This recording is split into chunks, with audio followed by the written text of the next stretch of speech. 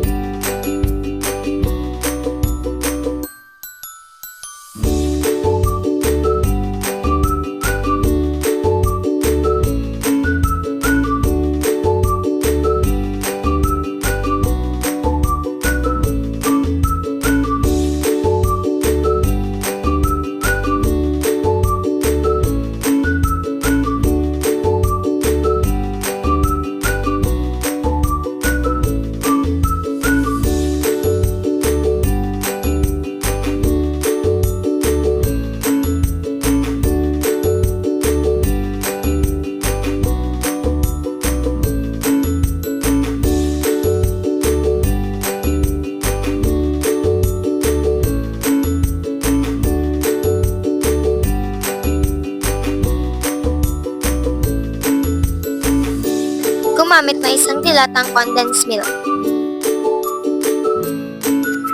At lagyan ng butas sa magkabilang dulo.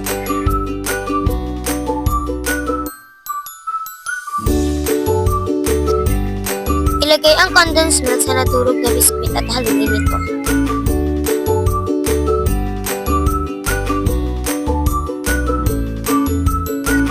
Lagyan ito ng paunti-unti.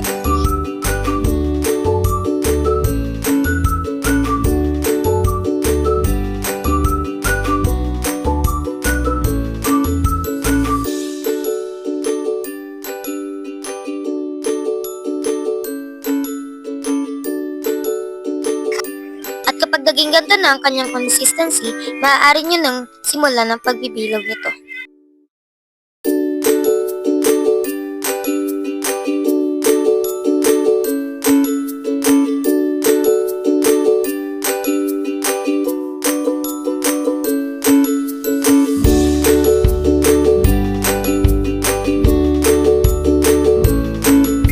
Ulit-ulitin lamang ang pagbabilog nito hanggang sa makagawa kayo ng madami.